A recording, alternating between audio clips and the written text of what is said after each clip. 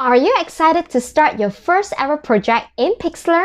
If let's say you are, I am excited as you as well. My name is June because I was born in June, and I'm going to show you the step-by-step on how you can create and set up the documents and your first project in Pixlr, and I'm going to walk you through on how you can import the images as well. So stay tuned to the end. First step, in order to access Pixlr, you can go to your browser and type www.pixlr.com/x. That is where you will be landed on this beautiful landing page and start using Pixlr. So in order to create your first project, just hover over to Create New. Just pick any size that you want to work on. So in my case, I'll just pick Web. Okay. Give your project a name. You can always adjust the width and height in the text box here. And let's say you want to have a background color for your project. You can always toggle it on and pick any color that you love, or you can even type out the code that you love to work on.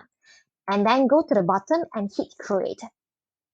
So once you have done that, so you can always change the background color just by hovering over to the left menu, layout and template. Just change the color accordingly as you like. Okay, so the next part is that I'm going to teach you guys on how to import the images. So importing images is very simple. You just need to refer back to this menu bar, go to this menu that is as add image, and there are three ways in order to add image. The first one is via stock images. Another one is via URL, and right now I'm just going to import the image from my laptop where I'm going to click Browse. So let me import an image of myself, and here you go. So this is one way that you can add your image, and there is also another way that is pretty cool in order to add image is by drag and drop.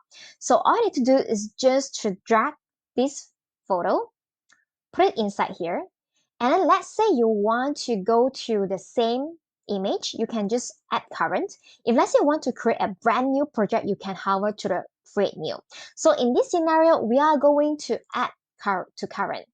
This is where this is a newly added. You can always resize the images, or if let's say you would love to resize the canvas over here, the big frame that we call as canvas, always go back to layout and template and hit on canvas resize, and you can always type any size that you want.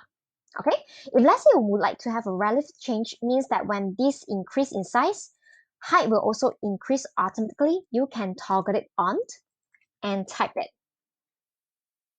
Okay, this is where you are able to make sure that everything is in place. Okay, so the next part that I'm going to teach you guys is also how to create a brand new project by just dragging the images in. So let's assume that right now I wanted to drag this image over, but then I wanted to start a brand new project. So you can, instead of using add current, you can always choose create new.